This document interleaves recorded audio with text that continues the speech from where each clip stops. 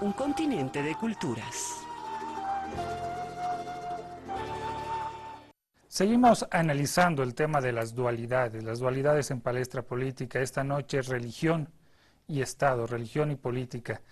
Esta combinación que durante siglos ha sido estrecha, a momentos ha tenido fricciones y rupturas. Se puede hablar de la religión como un instrumento al alcance del Estado que permite cohesión social, unificación de criterios, una plataforma sobre la cual políticamente también se puede trabajar. A lo largo de la historia han habido acusaciones mutuas, la utilización política de la religión y la utilización de la religión con fines políticos. El desarrollo de esta temática va a venir a continuación. En la historia de Bolivia se habla de hitos fundacionales. Cuando se crea la República se creó un Estado laico, pero sin embargo a los pocos meses se decide que haya un casamiento entre la Iglesia Católica y el Estado boliviano. Ese casamiento dura, teóricamente, hasta el año 2009. ¿Cuáles son los alcances de esta relación? ¿Y cuáles las posibilidades de aperturas en un contexto de Estado laico? Amigos, bienvenidos, buenas noches, comenzamos Palestra Política. Gracias a Agencia Nacional de Hidrocarburos, presentamos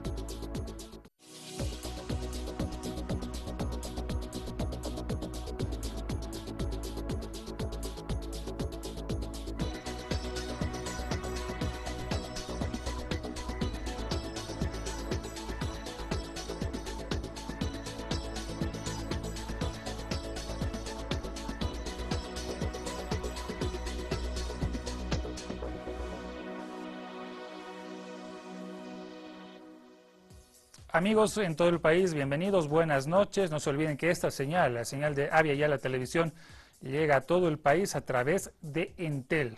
Salimos en la Villa Imperial a través de Colonial TV y estamos en las redes sociales en el Facebook y en Twitter a través de Avia Yala TV. Si quieren escribirnos, darnos sus comentarios y hacer el seguimiento, descargar nuestros programas completos, pues ahí los van a encontrar cotidianamente. Damos la bienvenida a nuestros invitados, a nuestros panelistas, presentando el tema de esta noche. Israel Ramiro Campero Méndez. Es abogado con especialidad en Derecho Constitucional, docente universitario, coordinador general de pre- y posgrado de la Universidad Mayor de San Andrés. Ha publicado Teoría de la Constitución y Estado Plural, 2014, Orden Normativo, 2014, y Manual de Técnica Legislativa, 2013, entre otras publicaciones. Padre Sergio Montes es sacerdote jesuita que pertenece a la comunidad San Calixto. Actualmente es director general de la Agencia Nacional de Noticias Fides.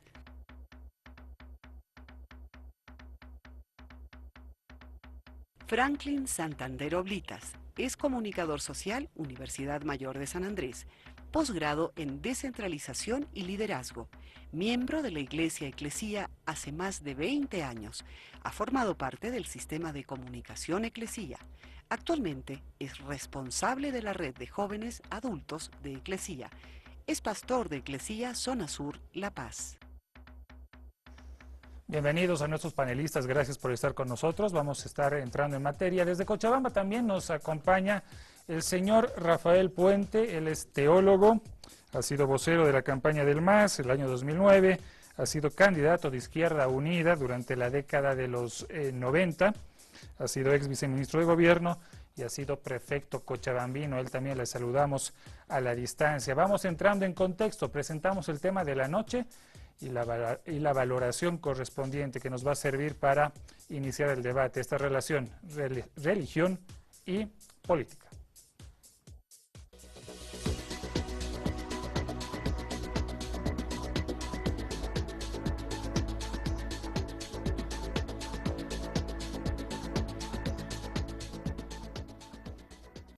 La relación entre Estado y religión ha estado presente desde los comienzos de la vida republicana de Bolivia. Si bien la primera constitución política del Estado de 1826 no especificaba ningún tipo de profesión religiosa del Estado, los constituyentes ese mismo año introdujeron en la redacción que la religión oficial de la República era la católica, apostólica y romana, con exclusión de otro culto público.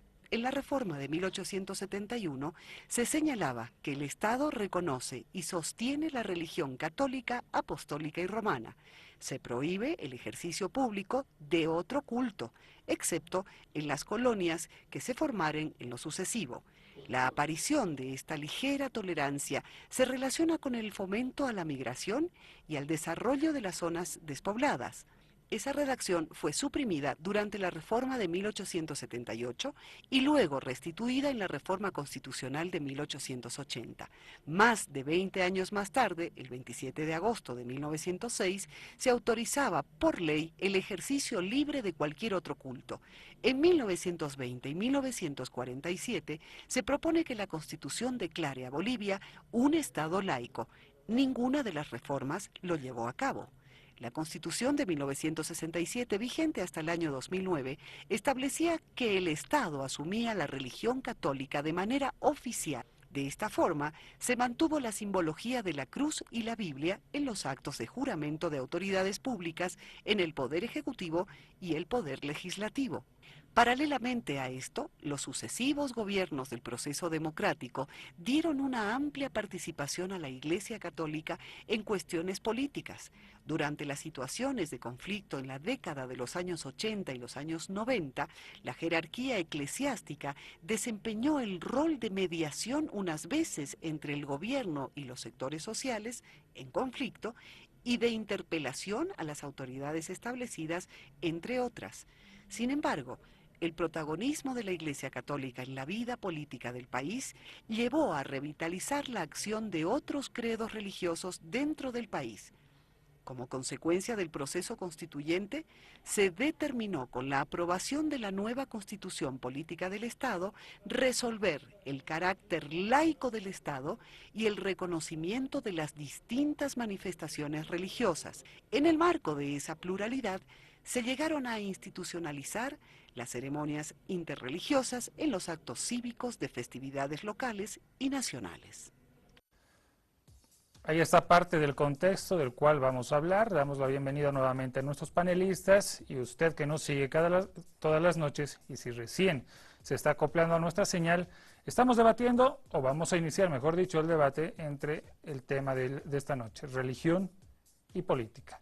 Primera intervención, don Rafael Puente, un saludo desde La Paz, buenas noches, es un gusto tenerlo acá en Palestra Política. La primera pregunta para usted, ¿puede haber en algún momento algún tipo de separación entre Estado y religión, por más de que se proclame al Estado laico? ¿Hay esa interrelación o es que esta prácticamente visión constitucional hace la separación de estas dos aguas? Buenas noches. Muy buenas noches. Yo creo que para empezar tenemos que desmitificar algunas cosas. Pese a aquella inicial definición de la República de Bolivia como católica, el presidente Sucre procedió a una confiscación masiva de básicamente edificios e instituciones que habían pertenecido a la Iglesia Católica, lo cual tuvo dos consecuencias. Primero, una mínima infraestructura disponible para el nuevo Estado que era muy deficiente, y segundo, una especie de debilitamiento esencial de la estructura institucional de la Iglesia Católica en el país. De manera que toda la tradición a que se ha referido en la presentación del programa al principio, que es muy interesante y además es cierta en términos de definiciones constitucionales, no estaba expresando de verdad los sentimientos de la población. Nuestra Iglesia fue, a causa de aquellas medidas iniciales del presidente Sucre, nuestra Iglesia nunca dejó de ser una Iglesia en gran medida extranjera, misionera, que no había acabado, y no ha acabado nunca, pues, de echar raíces en la conciencia, en el sentimiento de la mayoría de la población real. Otra cosa es la confesión religiosa católica de mucho tiempo la mayoría de la población, que se confesaba religiosa, participaba en el culto relativamente y sobre todo acudía a la iglesia para bautismos, matrimonios y funerales, pero que después practicaba su antigua religiosidad andina con la misma convicción que antes. En realidad el catolicismo aquí fue recibido por nuestros pueblos mayoritarios, hablo de los pueblos andinos, fue recibido como una religión más, un Dios más. Bienvenido pues, más grande nuestro panteón. A continuación se empezó a camuflar los cultos tradicionales con figuras católicas, como el apóstol Santiago, que empezó a ocupar el lugar del dios del rayo, Illapa. Bien. Entonces, no es una gran novedad lo que hemos llegado ahora, y lo que quiero decir como respuesta global a la pregunta con que empezaban, es que no se puede pretender prescindir del hecho religioso, va a estar siempre presente en una sociedad, y por tanto todo Estado tendrá que tenerlo en cuenta. Pero de ahí a pretender que el Estado asuma una confesión concreta, hay un abismo. Y todo Estado que ha asumido una religión como confesión estatal ha cometido gravísimos errores y ha producido tremendos problemas y así va a seguir siendo. Bien, muchas gracias, don Rafael Puente. Va a tener más intervenciones en esta ronda, en este primer bloque. Le pedimos nos aguarde. Don Franklin Santander, pastor de Eclesia, ¿cómo se ve desde Eclesia esta tradición, si podemos decirle, de esa asociación entre el Estado y la Iglesia Católica? ¿O cómo se ha visto a lo largo de las décadas? Yo voy a hacer una referencia puntual. Claro, le estoy pinchando la lengua porque lo estoy haciendo hablar del otro, Sí. pero Voy a hacer referencia a una serie de integrarnos. temas relacionados.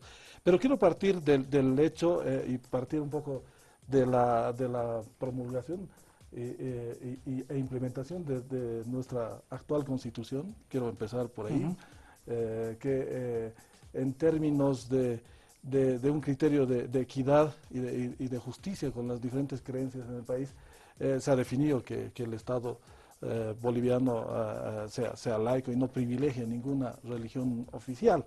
Creo que es un buen avance porque por décadas hemos visto una muy interesante relación entre el gobierno, porque si hablamos de Estado como tal, creo que, y nos remitimos a la teoría básica del Estado, el Estado está compuesto por 3 pilares: territorio, población y gobierno. Y hay una confusión muy grande cuando se habla de Estado con gobierno. Hay una relación con gobiernos, exactamente, usted, ¿no? ¿ya? Entonces pasa por eso, porque religión y Estado, desde la perspectiva que comparto, es bastante complicado separar, porque la iglesia está conformada por población, por gente. Entonces, cuando la Biblia habla de iglesia, habla de la gente, de los creyentes. Entonces, desde esa perspectiva es bastante difícil hacer una separación. ¿Hay algún Pero momento sí, de separación entre sí, el hecho religioso y el hecho político? No. Sí, o sea, porque tiene que ver más el hecho político con la estructuración gubernamental, por ejemplo, ¿no? Hablamos de diferentes periodos, de diferentes tipos de gobierno, regímenes, etcétera, etcétera, con los cuales bien cualquier creencia religiosa puede haber estado relacionada. En diferentes países hay una estrecha relación entre lo que es el gobierno, pero con ciertos tipos de religiones. Entonces, yo prefiero abarcar desde esa perspectiva antes de hacer una generalización del tema, ¿no? Padre Sergio Montes, buenas noches, bienvenido. ¿Hay una diferenciación entre el hecho político y el hecho religioso? ¿Hay una nueva relación cuando se habla de una constitución política del Estado que habla de un Estado laico? Bien, buenas noches a todos. Gracias por la invitación. Yo creo que analíticamente, para nuestra comprensión conceptual, probablemente hay una separación de distinguir lo político de lo religioso, aunque no necesariamente en la realización práctica y en la vivencia y la convivencia cotidiana eso se manifieste así.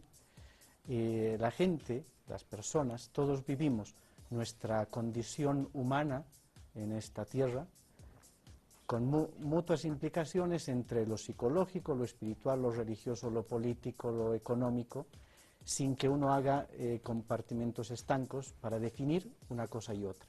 Podríamos Ahora, hablar también de religión y economía, y religión y podemos hablar sociología. de todo porque todo tiene relación con todo si es que tenemos una comprensión holística e integral del ser humano y como fenómeno en este nuestro mundo. Ahora bien, decía que analíticamente sí tenemos que saber ubicarnos cuando hablamos del hecho religioso y del hecho político, que no necesariamente son conceptos equiparables a política y religión, ¿no? Porque estamos hablando de un análisis fenomenológico en ese caso.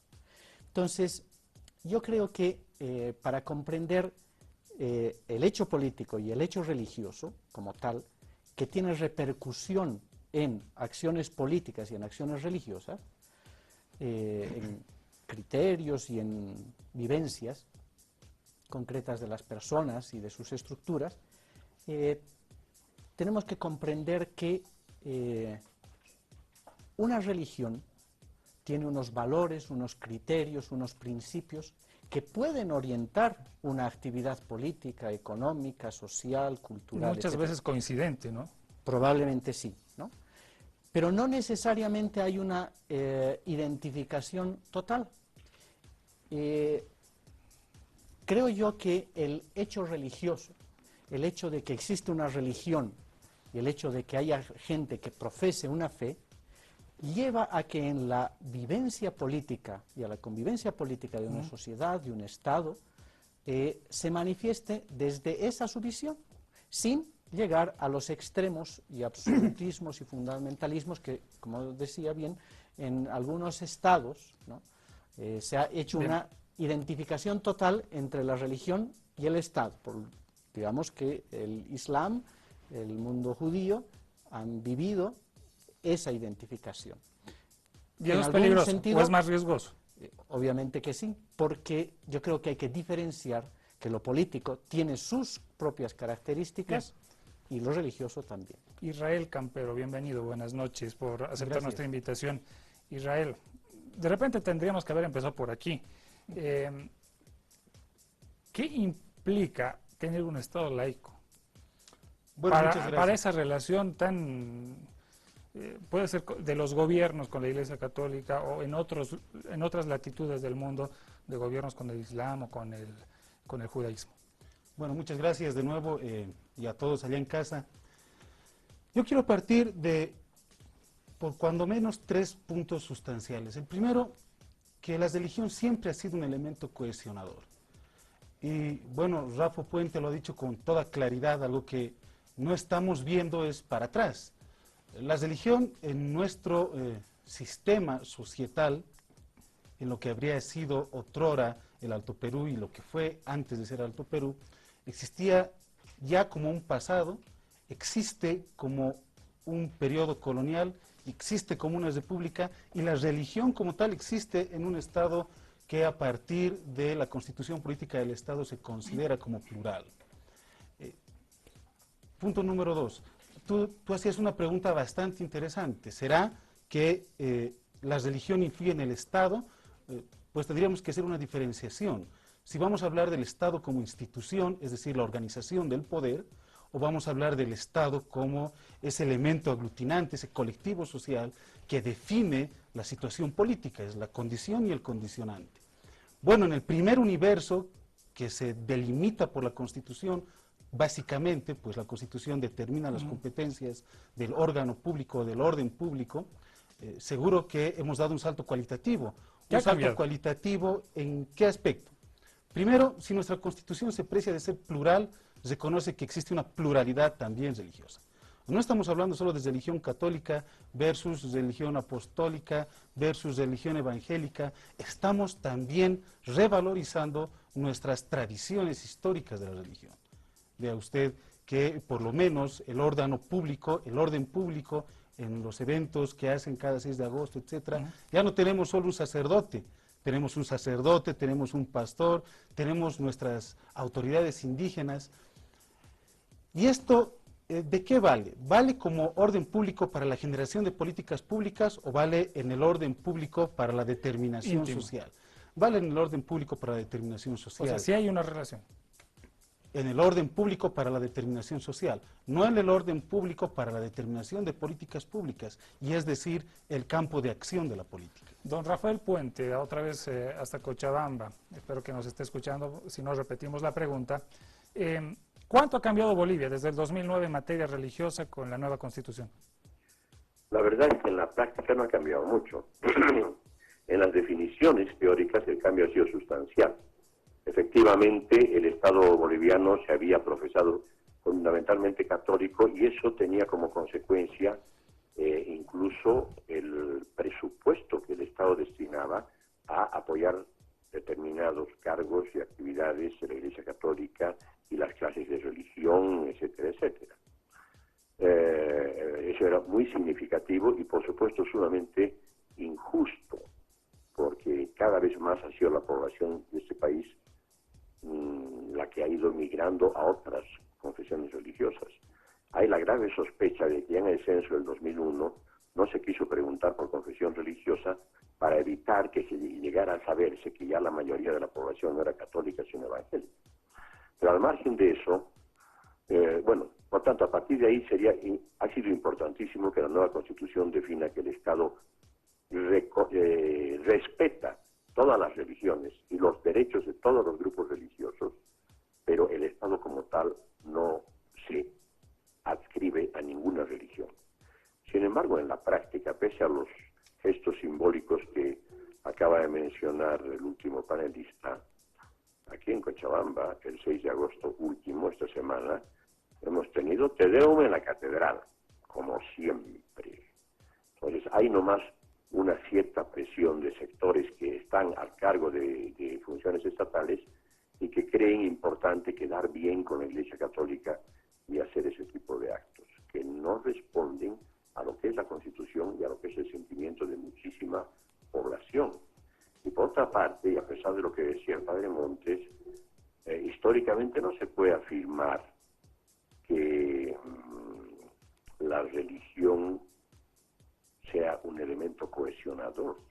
Hay países donde las guerras religiosas han sido terribles y destructivas. Entonces, para evitar eso, es imprescindible que el Estado sea neutral, religiosamente hablando.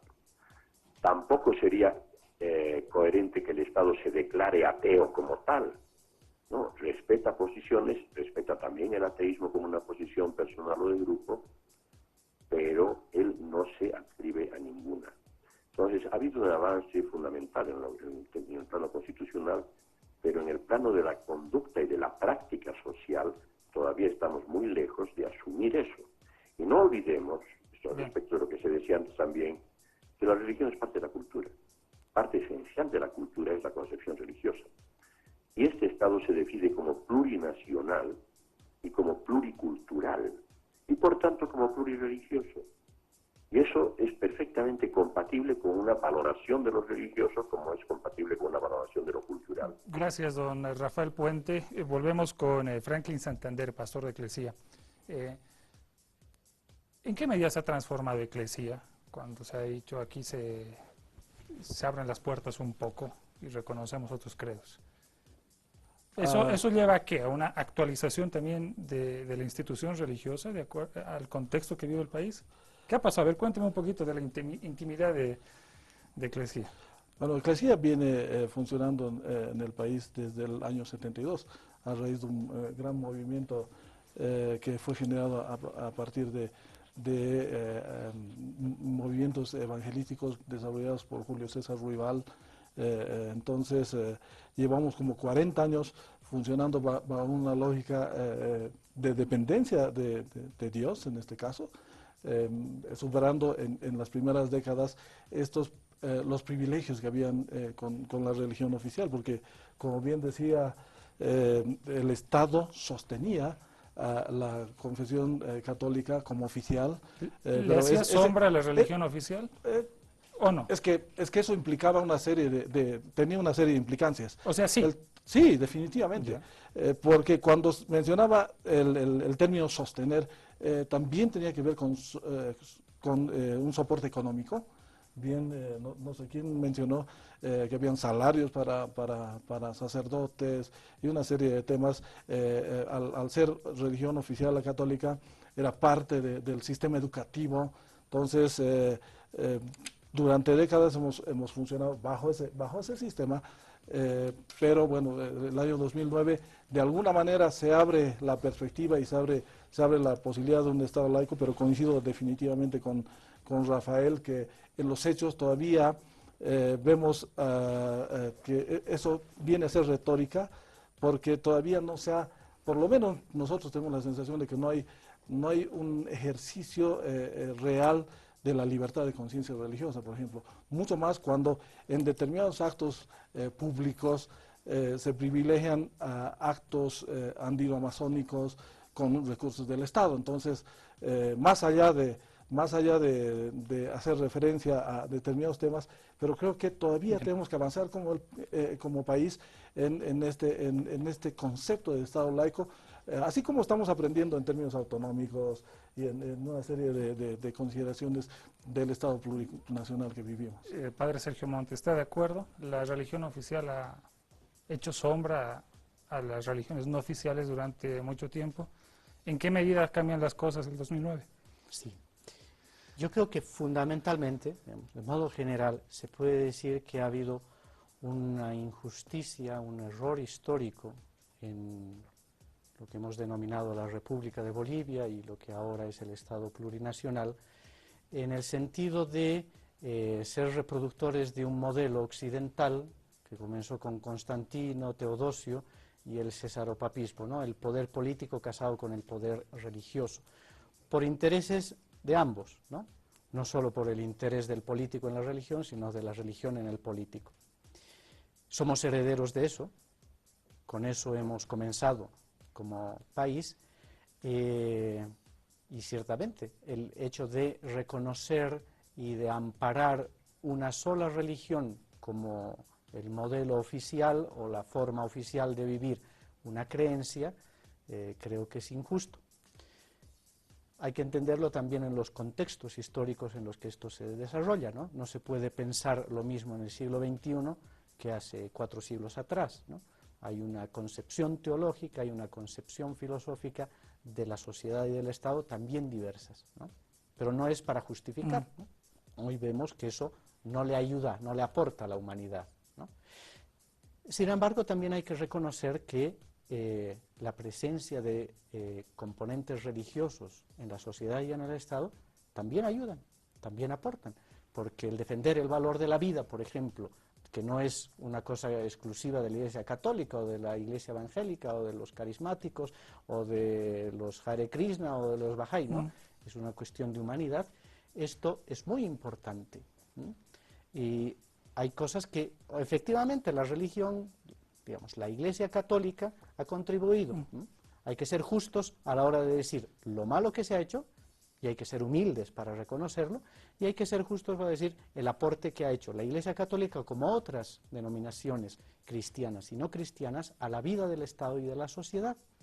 Eso quiere decir también que cuando hablamos de justicia respecto del rol histórico y el rol protagónico de las religiones y de las iglesias en el Estado y la sociedad, tenemos que reconocer una cosa que hoy, a mi juicio, no funciona y que se ha mencionado aquí. Si el Estado es independiente de la religión, como señala la Constitución Política del Estado, ¿por qué se convocan desde el gobierno actos interculturales interreligiosos? Antes lo hacía la Iglesia Católica con los Te Deums y estas cosas, que muy bien, podemos criticar, analizar, cuestionar, pero hoy se celebran ceremonias interculturales en las que, según tengo entendido, no participan sacerdotes católicos, por propia marginación o por otros elementos. Participan o no participan, ¿no? Se ha visto en algunos casos. Entonces, habría que ver si ese es el modo de actuar, ¿no? Antes era sumamente posesivo y sumamente dominante el elemento católico, ¿cierto? ¿Sí? Pero ahora, como también señalaba, ¿no?, privilegiamos otros aspectos, desde otra dimensión. ¿Le corresponde al Estado hacer esto? Es una pregunta. Bien, vamos con Israel. Israel, ¿en qué escenario se están moviendo las religiones ahora? Constitucionalmente hablando, y te pido una opinión también política al respecto. Lo cierto es que efectivamente la Constitución desmonopoliza a la religión católica como una religión oficial. Y esta es una primera determinación de acción. ¿Qué es lo que sucede a partir de la norma? Bueno, una cosa es que la norma diga que se aceptan otras religiones y otra cosa es que en los hechos suceda. Yo no sé si a partir de la Constitución del 9 de febrero del 7 de febrero del 2009,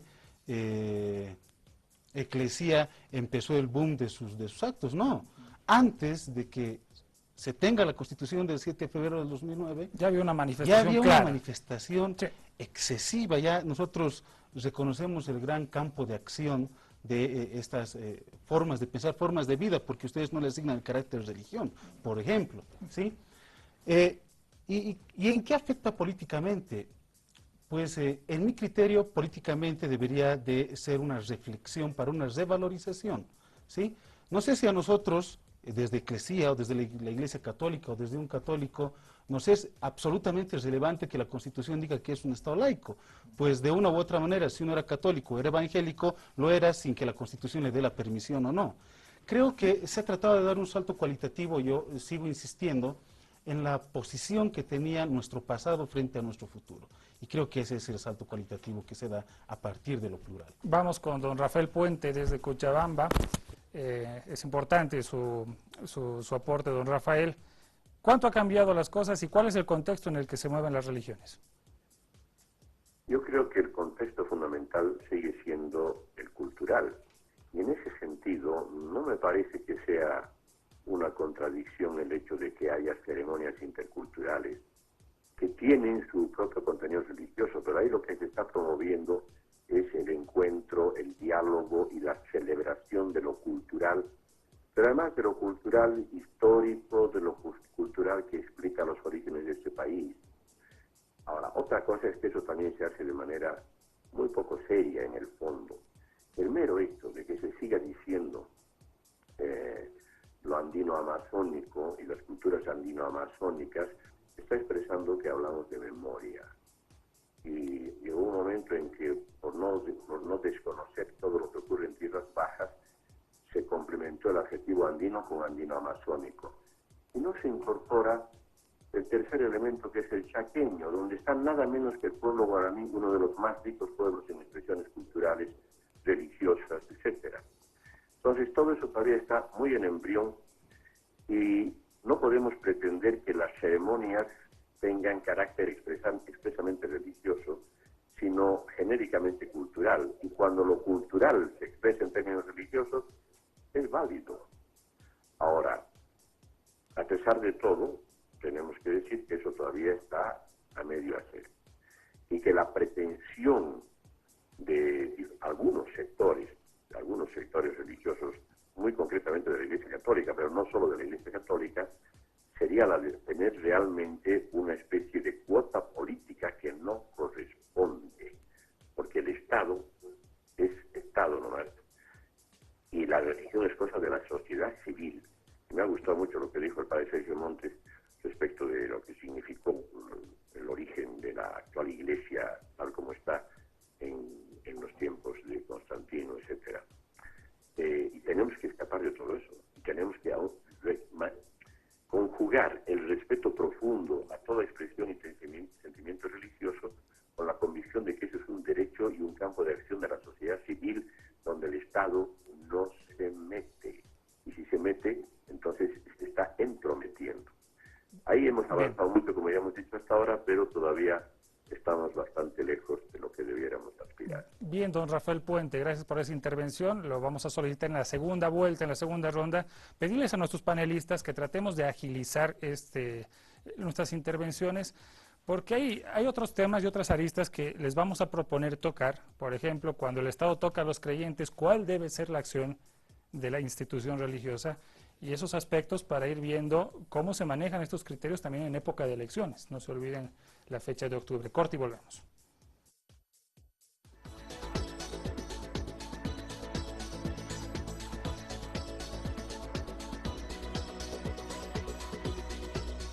Seguimos en Palestra Política. No se olvide que Aviala está en todo el país gracias a la señal de Entel. Y las redes sociales están a su disposición para los comentarios, y también este programa lo puede ver usted cuantas veces quiera una vez que lo subamos a las redes sociales. Seguimos hablando de religión y política en este descubrimiento de la relación. Don Franklin Santander, ¿la religión puede hablar de política? La religión como tal, no creo, pero sí las expresiones religiosas y la gente. La institución. Exacto. Sí puede hablar. Los sí creyentes sí pueden hablar de política, los líderes religiosos. Pueden manifestarse sobre política, y es más, la gente y las personas individuales participar en política.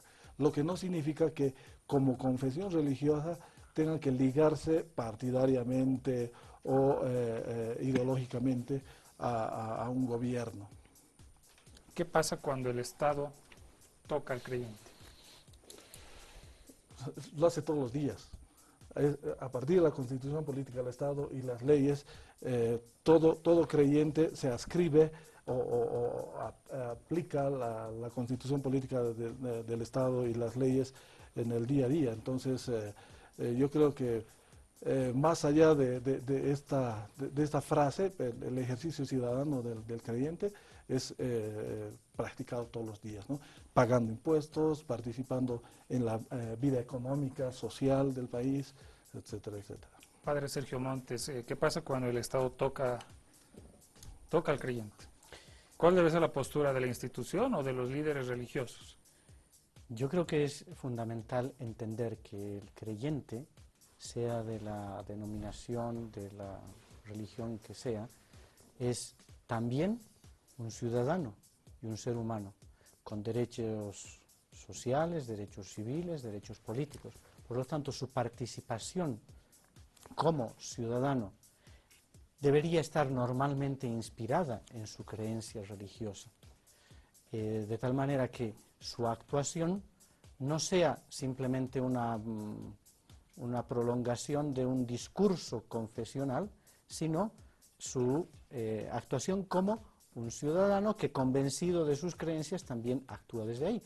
Por ejemplo, la doctrina social de la Iglesia católica tiene elementos enriquecedores. ¿Para qué? No solo para la Iglesia, sino para la humanidad. Habrá elementos cuestionables, sí, como hay en todas las religiones. El asunto es cuando lo que queremos es que se viva lo religioso, la confesión de fe, encerrado en cuatro paredes y en la intimidad más profunda, y eso no tenga ninguna repercusión en la vida cotidiana. Ese es un grave error. El Concilio Vaticano II llamó la atención a los cristianos para decirles, ojo, no solo de ir a misa vive el hombre, ¿no? Uno también tiene que compartir en la junta vecinal, tiene que ir a las OETVs, tiene que ir a participar políticamente, tiene que reclamar sus derechos frente al Estado, cuando el Estado es invasor y abusivo frente a ellos, y lo hace desde una convicción creyente. Yo no creo que la institución religiosa tenga que tener un rol y una participación más allá de defender principios fundamentales. Franklin, ¿comparte ese criterio? Perdón que vuelva atrás y lo dejo un poco colgado a Israel. No, sí comparto. Yo definitivamente creo que todo creyente en su condición de ciudadano tiene una serie de oportunidades para contribuir al desarrollo nacional en diferentes ámbitos. Es más, hace rato estábamos hablando con Israel, que la Constitución Política del Estado garantiza que la sociedad civil, de la cual los creyentes son parte, pudiesen participar también en los procesos de control social, pero también la generación de política pública, ¿no? No es un rol de exclusiva atribución del nivel de gobierno, la generación de políticas públicas. Y en el día a día vemos, a partir de la iniciativa legislativa ciudadana y todos los procesos de planificación participativa que hay. Ahora, ¿por qué decía Israel, por qué preguntaba en esta ronda, cuando el Estado toca o el gobierno toca al creyente? porque lo toca muchas veces por su talante, por su calidad humana. O sea, hay miembros de eclesía en la Asamblea Legislativa, hay ex sacerdotes en el gobierno, o sea, hay ese vínculo, hay ese aporte, se puede aportar desde el ser creyente al Estado, ¿en qué medida? Oh, sin duda. El Estado es una convicción de Porque se utiliza, ¿no? Como parámetros, no sé, políticos o morales, pero... Bueno, yo quiero empezar por lo que dices. ¿Qué pasa cuando el Estado toca al creyente? Yo no creo que lo toca por ese lado. Yo creo que lo toca con otras cosas. Por ejemplo, el hecho de declarar feriado, el feriado de Corpus Christi. Sí, si somos un Estado laico, ya no debería existir el feriado de Corpus Christi, pues deberíamos tener feriados para todos y en todas las circunstancias. Y creo que lo toca en temas sensibles. Por ejemplo, si suprimes un feriado como ese, no sería contradictorio, porque ya un Estado ateo sí tocaría feriados. Un Estado laico lo respetaría, ¿o no? El problema es el siguiente: si es que respetas los feriados de la religión católica, seguro que las otras tantas religiones tienen sus propios tantos feriados, y te apuesto que trabajaríamos 30 días al año y no los 365 cuando menos. Pero ese es un lado. Y ahora también lo puede tocar con algún tipo de políticas. Deben recordar nuestros queridos compañeros que hace algunos meses atrás se hablaba acerca del derecho a vida del concebido y una actividad legislativa que estaba dirigida a la legalización del aborto. Bien, entonces ahí se enarboraron, o se enervaron, si es el término correcto, dos posiciones, ¿sí? Los que estaban de acuerdo con el aborto y los que no, y los que defendieron a capa y espada esto que tiene que ver, además, con decisiones de la Corte Interamericana de Derechos Humanos respecto al derecho a vida del concebido, lo defendían con mayor fuerza tanto la Iglesia Católica como la Iglesia Evangélica. Entonces, desde ese punto de vista, pues sí, es probable que toque. Pero ¿qué pasa cuando la religión toca la política pública? Se han puesto a reflexionar acerca de esas viejas declaraciones de la cúpula de la Iglesia Católica respecto a actuaciones políticas o respecto a la política hace algunos años atrás. Usted lo ve con cierta desconfianza esa acción. ¿Es así? Por supuesto. En mi criterio, la religión en la religión y la política en su lugar. Don Rafael Puente, ¿hasta dónde la política puede tocar a la religión y viceversa? En un marco sano, positivo para la sociedad, que es lo que estamos buscando. Bueno, para empezar debe quedar claro que la política es una dimensión de nuestra existencia humana. Podemos ser conscientes de ella o no, pero de hecho estamos vinculados con la sociedad organizada, y en nuestro mundo actual organizada como Estado, y por tanto es parte de nuestra vida, al igual que es parte de nuestra vida lo biológico o es parte de nuestra vida lo meramente físico. Podemos ser conscientes o no de que estamos compuestos por calcio, hierro y demás cosas, pero al margen de que no seamos conscientes, estamos. Igual podemos ser conscientes o no de la realidad biológica y de los microbios que nos pueden acechar. Lo mismo pasa con política. Puede haber gente que diga, yo no me meto en política. Bueno, eso es lo que él se cree, pero con su actitud se está metiendo. Entonces, de hecho, hay actitudes políticas y posiciones políticas.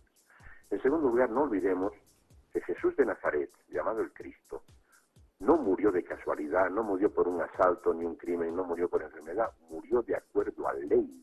El Estado fue el que ordenó la ejecución de Jesús de Nazaret porque era insoportable para ese Estado en el cual él predicaba verdades sumamente incómodas que tenían que ver con la libertad de la gente, que tenía que ver con la hermandad, que tenía que ver con la situación de los pobres y de los ricos, que tenía que ver con el abuso del poder. Entonces, ahí tenemos un caso clarísimo y además paradigmático, porque se trata de Jesús de Nazaret, que es en el que supuestamente la mayor parte de nuestra población cree, desde una u otra confesión, que por supuesto no solo se metió en política, sino que eso fue lo que definió el final de su vida y su muerte. En segundo lugar, y para terminar, ¿qué pasa cuando el Estado se mete con el creyente? Bueno, pasa lo mismo que cuando se mete con cualquier sector social o con cualquier persona. La pregunta es si ese meterse es injusto, es discriminatorio o no lo es. Y eso no tiene nada que ver con que sea creyente o no creyente. Si el Estado es injusto con cualquiera. Si la justicia, como lo mal que está funcionando en Bolivia en este momento, si la justicia comete años en la cárcel sin ningún motivo, es totalmente secundario si esa gente son creyentes o no son creyentes. Ahora, lo que sería condenable es que el Estado se meta con una confesión religiosa concreta, ya sea para protegerla, ya sea para marginarla o para asustarla. Bien, don Rafael, le agradecemos su intervención. Vámonos con el sondeo, hemos salido a las calles y la pregunta era cuál debería ser el aporte de las religiones, de las iglesias al país que vivimos. Esta es la respuesta, a ver qué dice la gente en Cochabamba.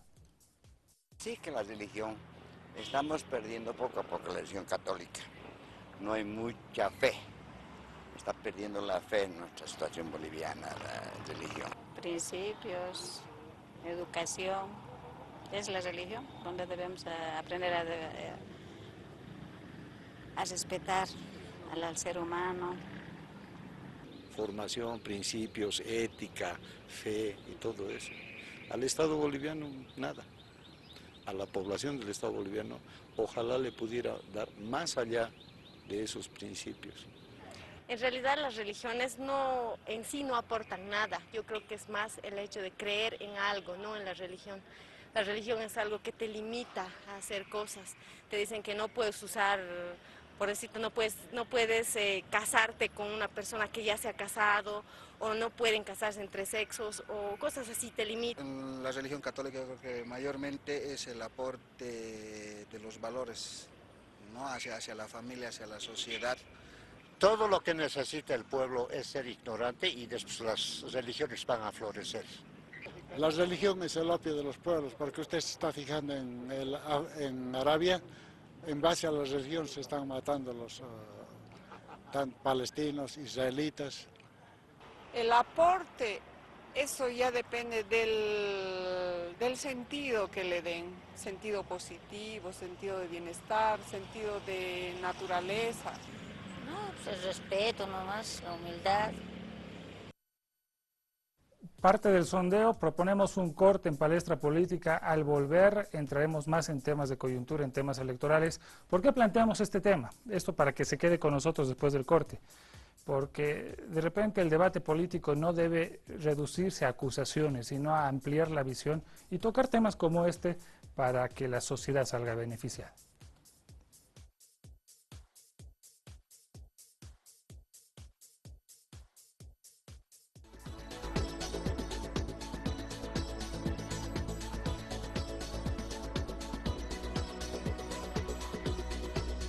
Continuamos con Palestra Política. Nos queda poco tiempo. Lanzamos otra pregunta importante que le estábamos hablando en el corte. En esta época electoral, empezamos con Franklin, pastor de Eclesia. Los partidos políticos tendrían que manifestarse propositivamente para establecer una relación con las religiones que pueda beneficiar en gestión a la sociedad, en temas de gestión, líneas estratégicas, o eso está descartado de plano. Así como lo planteas, es bastante complejo dar una explicación. Sin embargo, yo conozco varios miembros de denominaciones cristianas que forman parte del gobierno hoy día, pero también hay otros miembros que forman parte de algunos partidos de oposición, entonces es bastante complicado generar criterios estandarizados sobre esta temática. Pero bien decía hace un momento Israel, creo que la Constitución tiene sus determinaciones en función de cómo los creyentes o miembros de iglesias pueden incorporarse a los procesos de contribución para el desarrollo nacional, departamental, municipal, en las diferentes instancias de gestión pública.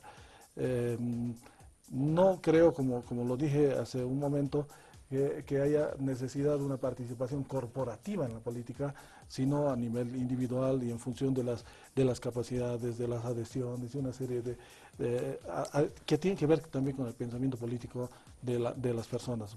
En las iglesias no se definen estándares ni se promueve, por ejemplo, una inclinación por una determinada tienda política. Entonces, ¿qué puede decir? ¿Qué puede decir una institución religiosa, a los creyentes religiosos, Padre Sergio Montes, a los partidos en contienda electoral? ¿Qué mensaje se les puede dar? Yo creo que los políticos, estén en campaña o fuera de ella, tienen que preocuparse por el bien común de los ciudadanos, porque si su actividad política partidaria quiere llegar a ocupar unos cargos de gobierno que van para la actuación directa en políticas públicas, sociales, económicas, etcétera, y de Estado, tienen que preocuparse por la vida de las personas y por el bien común. Sus ofertas necesariamente tienen que estar regidas, creo yo, por estos grandes valores y ¿Ha revisado principios. usted algunas ofertas electorales? Algunas. ¿Qué impresión le dejó? Claramente, digamos, yo creo que es sano, incluso bueno, que no haya una manifestación explícita de elementos religiosos que se quieran incorporar en las propuestas electorales, porque sería volver a favorecer ciertas cosas y discriminar otras. Hemos conseguido, digamos, ¿no?, a partir del 2009, bueno, pues que este sea un Estado laico que reconoce la pluralidad de religiones, las respeta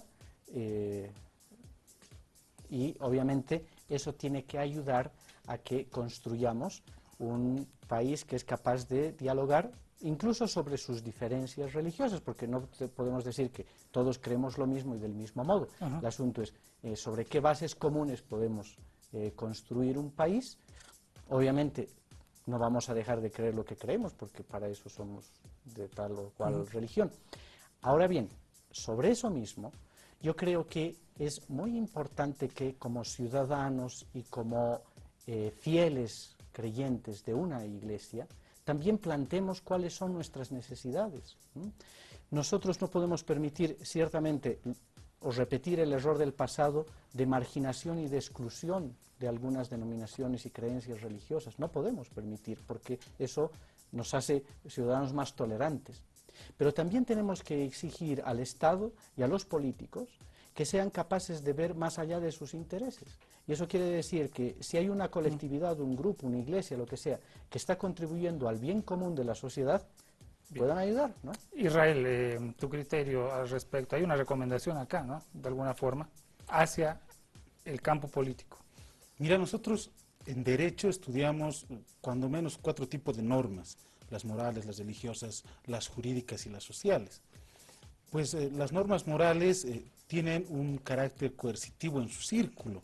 Eso significa, desde la teoría del derecho, que las normas morales van a regir, las normas religiosas van a regir determinados campos religiosos.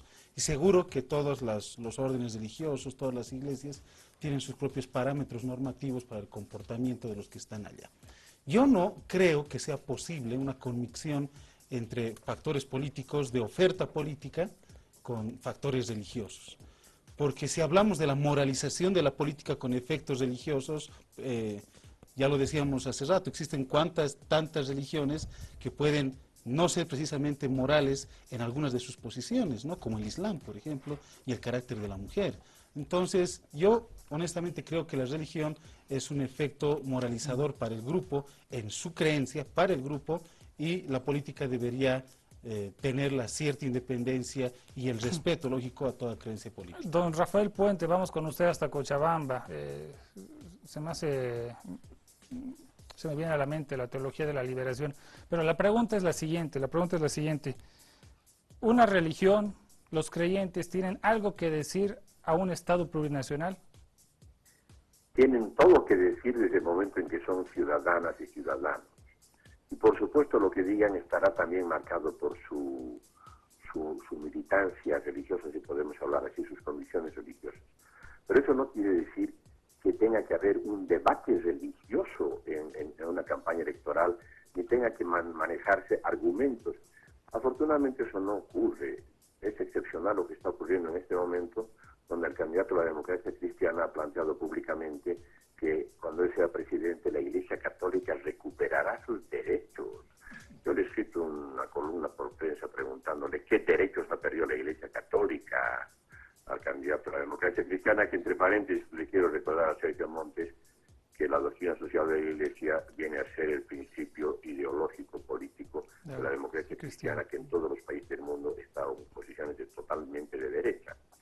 Pero además hay que tener en cuenta que las posiciones políticas en este momento en nuestro país cruzan totalmente las confesiones religiosas. Ustedes saben que la fundadora de las Martolinas, su primera presidenta, era adventista del séptimo día. Y que en la Asamblea Constituyente, en la bancada constituyente del MAS, había más de 30 asambleístas evangélicas, la mayor parte mujeres, que por cierto ejercieron influencia para ver si no se reconocían los derechos sexuales y reproductivos que la Constitución insuficientemente pero reconoce. Que católicos hay en ambos bandos, evangélicos en ambos bandos, o en 3 o 4 bandos, si es que tenemos más en este momento. Y no tiene sentido plantear argumentos religiosos, sería una manipulación de lo religioso, que es un valor al que hay que respetar, y utilizarlo como argumento en una campaña política sería manipularlo y por tanto respetarlo. Bien, don Rafael. Recordamos unas cosas, yo les propongo, ¿no? De repente no pasa en esta elección. ADN y la pena de muerte el año 2002, ¿no? Afectaba, ¿cierto? El tema de la simbología religiosa en la elección preconstituyente, la del 2005 era, ¿no? La 2005, se ha utilizado. O sea, hay ejemplos claros en los cuales este tapete se mueve. De repente no sea el marco justamente en esta elección, pero veremos qué pasa. Es bueno debatirlo de todas formas. Don Franklin Santander, pastor de Eclesia, su mensaje, sus conclusiones. Estamos en el reloj del sur, estamos en el sur, nuestro reloj gira al revés, tiene un minuto para dar su mensaje desde esta palestra política. Sí, yo quisiera hacer referencia sobre todo a la contribución que desde la perspectiva bíblica se puede generar, no solo para los planes de gobierno, sino para la propia administración del Estado, que tiene que ver con el respeto a la vida, el respeto a la familia. Son elementos fundamentales que no solo son atribuibles a las confesiones de fe, sino a la estructuración propia de la sociedad. Y en ese sentido creo que hay una serie de aportes que se pueden generar con la participación de las diferentes manifestaciones de fe para construir una sociedad más sólida, que respete los principios y valores, pero sobre todo contribuya también con elementos de transparencia, honestidad en el ejercicio de la administración del Estado. Muy bien, teníamos 5 segundos más. Padre Sergio Montes, tiene un minuto en nuestro reloj del sur, momento de conclusiones. Yo creo que hay que fijarse en una figura, la figura de Jesús de Nazaret, un ciudadano del mundo, pero también una persona que ha aportado desde su humanidad a la humanidad.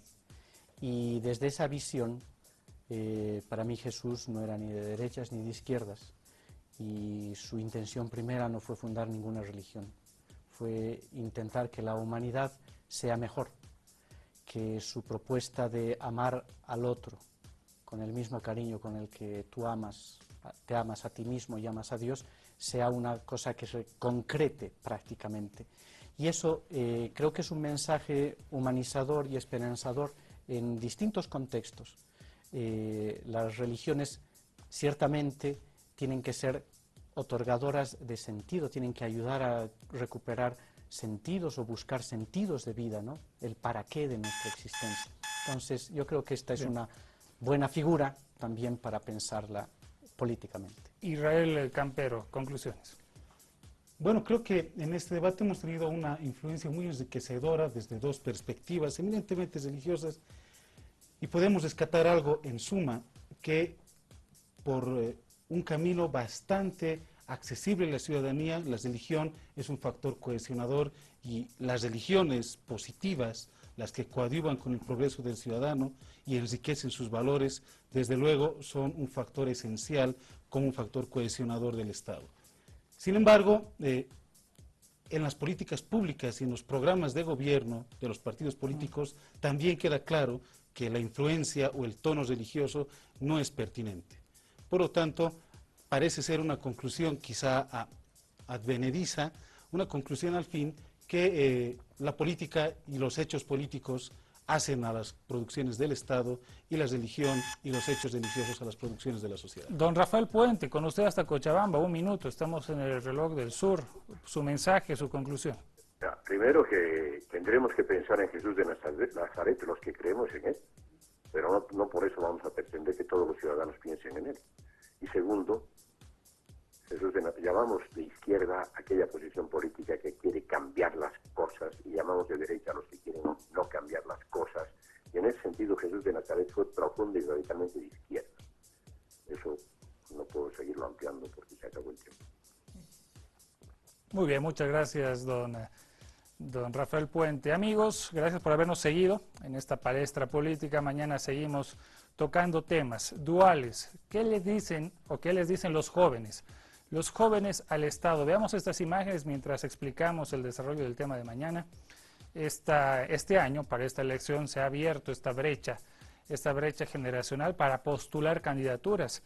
Pueden ser diputados y senadores quienes ya hayan tenido 18 años cumplidos. ¿En qué medida la juventud puede proponer, puede cambiar, puede transformar el espectro público? Eso lo descubriremos dentro de 24 horas. Con nosotros ha sido un gusto estar con ustedes, gracias a la señal de Entel en todo el país. Buenas noches, permiso, buen descanso.